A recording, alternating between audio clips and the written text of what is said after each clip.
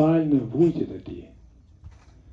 Prandaj nga kjo ndalisë, jo vetëm Zoti I than, nëna jote dhe vëllezërit e tu janë përjashta e po të kërkojnë. Realisht, siç po nënvizonit ju, para syve tanë, para syve të mbar njerëzimit, përvoja që më shumë e shënon këtë kohë është një përvojë negative, errësire, varfërie, mjerimi. Shohim jo vetëm luftet, por shohim dhe efektet dhe pasojat e saj. Dhe neve nuk mund të ndalemi vetëm tek imazhet që nganjëherë nuk na përcjellin ndjenja. Papa Leoni para ca javësh thonte që të bësh luftën nuk është të luash. Aty janë jetë njerëzish.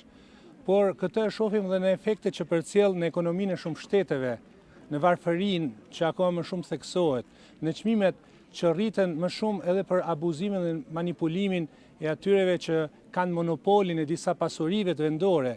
E kështu që Ulla Kryqi do të jetë dëshiron të jetë një qels në errësirë, pra një qels jete, që i thret ndërgjegjes për mos me abuzu me të mira që Zoti na ka besu. Pasi nuk jemi pronar të asgjë, të gjithë jemi kalimtar.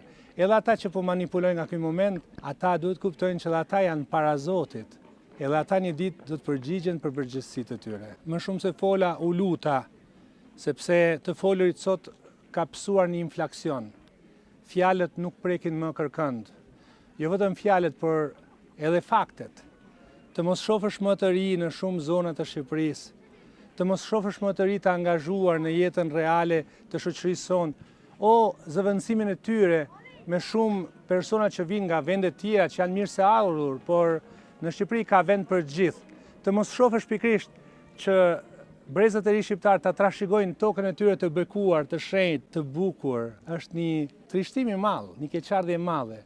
Atëherë unë më shumë u luta, i thash Zotit, ti të paktën që na merr seriozisht. Dëgjoj lutjen tonë, dëgjoj lutjen e nënave që nuk kanë fëmijë në shtëpitë e tyre, të baballarëve që nuk ndjehen më të mbështetur nga brezat e ri, të një shoqërie që është u mbushur me gjyshër, e Zoti i bekoft, por jo më me nipër, sepse kemi edhe një dimër të jashtëzakonshëm demografik, që Zoti me të vërtetë bekoj familjet shqiptare të kenë kurajën të ecin përpara pavarësisht sfidave dhe sprovave.